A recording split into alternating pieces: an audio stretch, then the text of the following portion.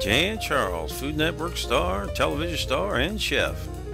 It's a Jay and Charles Thanksgiving, and here is Jay and Charles. Howdy, howdy, welcome. And I am not alone today. Of course, I'm never alone. I've always got a crew to help me.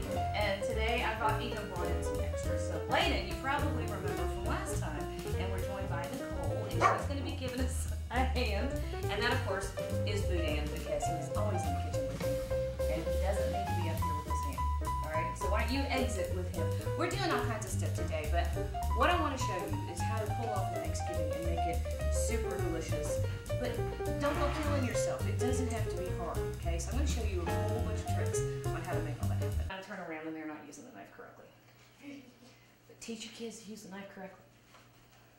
And Bladen, you're the one that wouldn't listen last time.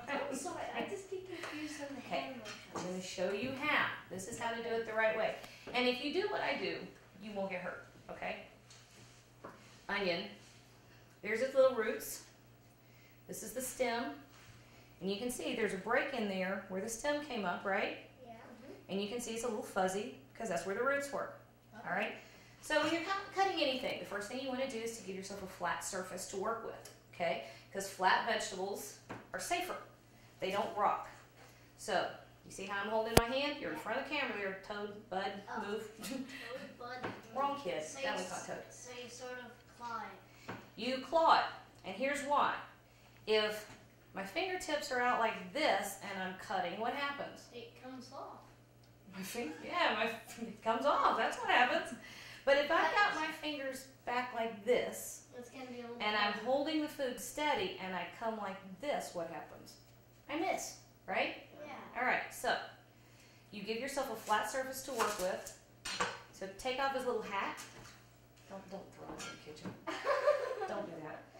So now it's flat and it's much safer because it's not going to run around, right?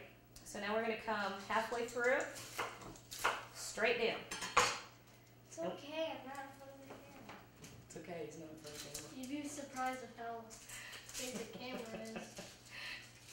All right, Daryl, if they get in front of the camera, just say, hey, move it.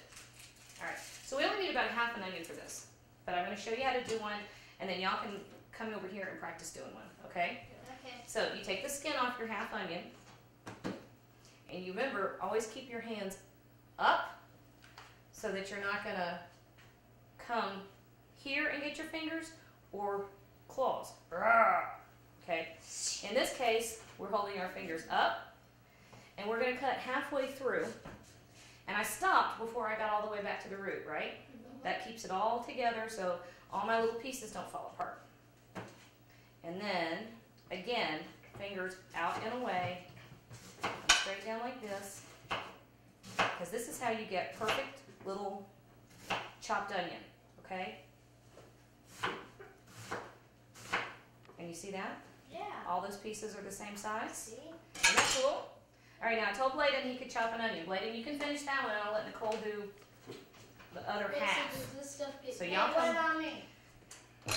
You're out of luck. You're gonna have to help me cook mushrooms. I hate mushrooms. Awesome.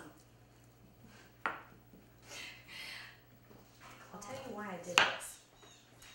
I did this because you all heard the whole I hate mushrooms thing. It's amazing how many times my kids eat mushrooms now. I never know. Including you. No, I know. We're doing green beans. My mother never made green bean casserole. You're standing in front of the camera, son. Ah, why? So I didn't grow up with green bean casserole. Although, I will say my mom came out of the 40s and 50s, and like every other good mom from that era, loved the soup mix stuff that you know, the red and white can, and you make the casseroles with the cream of mushroom soup.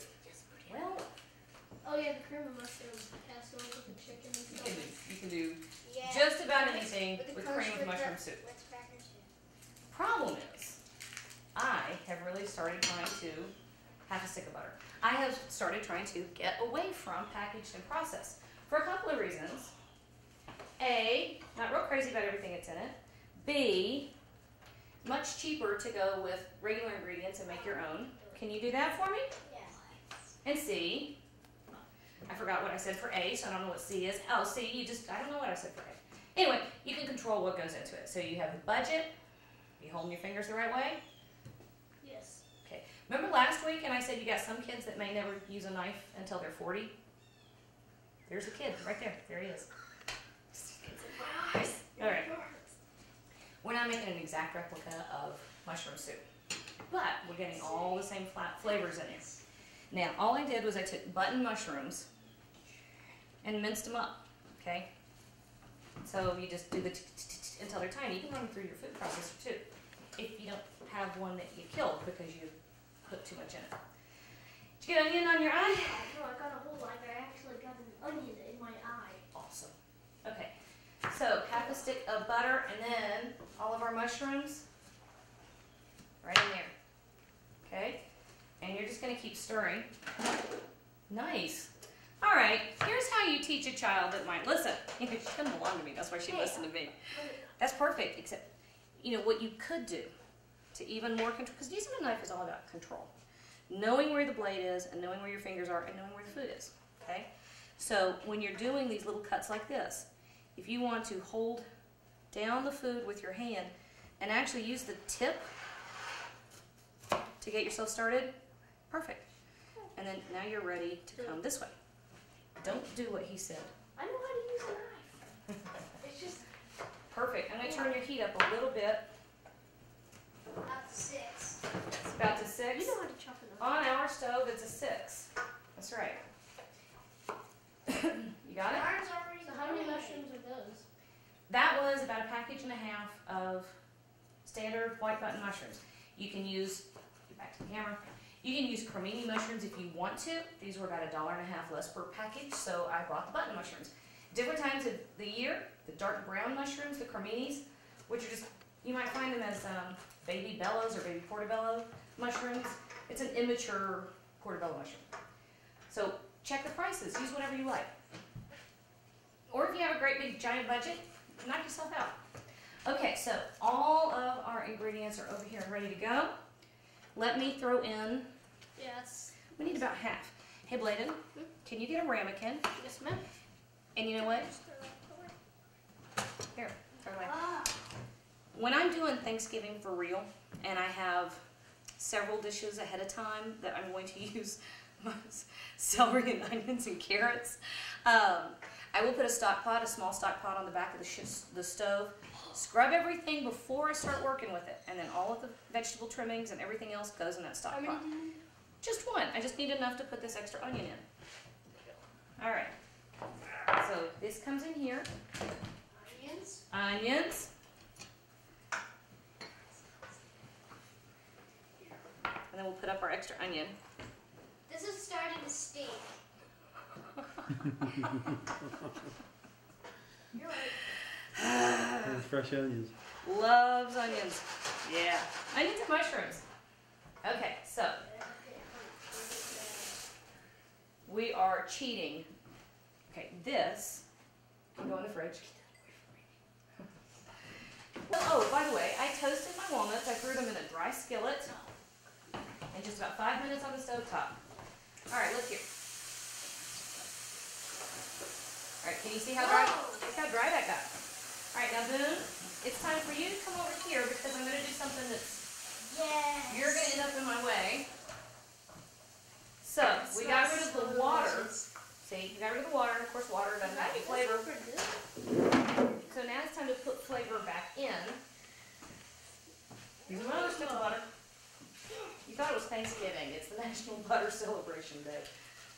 Okay. Yeah, I'm on the pastry cutter. So now we're going to turn this, we're going to make something like a roux. Do you remember what a roux is? They're off of Hunger Games? You remember what a roux is? No.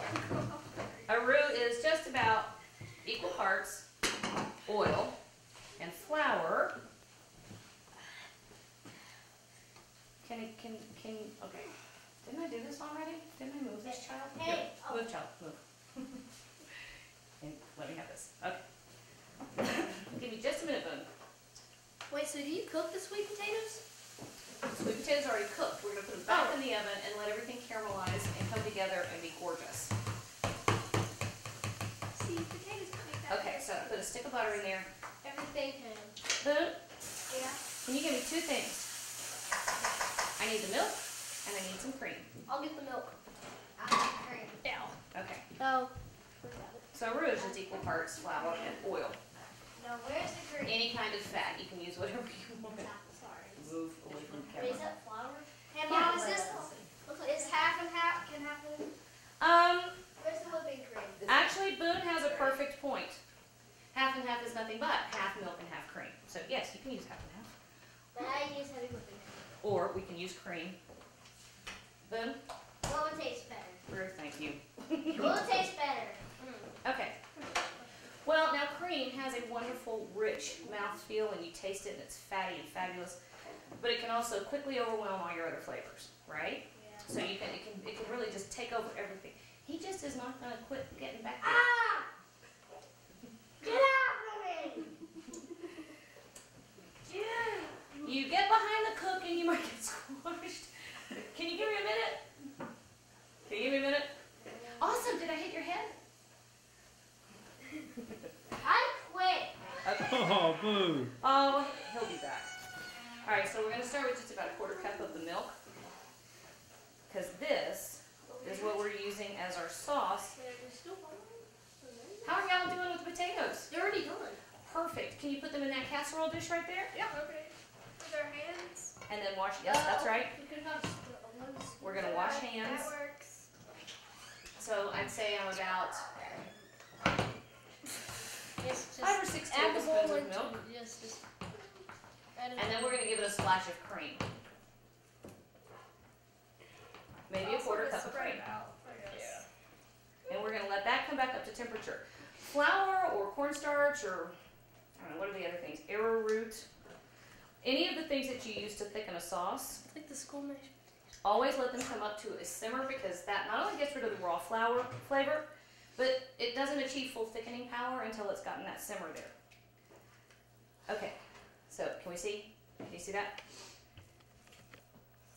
See that? Wow. That real thick, super rich potato. buttermilk cream. And I'm going to tuck these. Okay, so that's Can I good. borrow your hands again and pass these out of the way?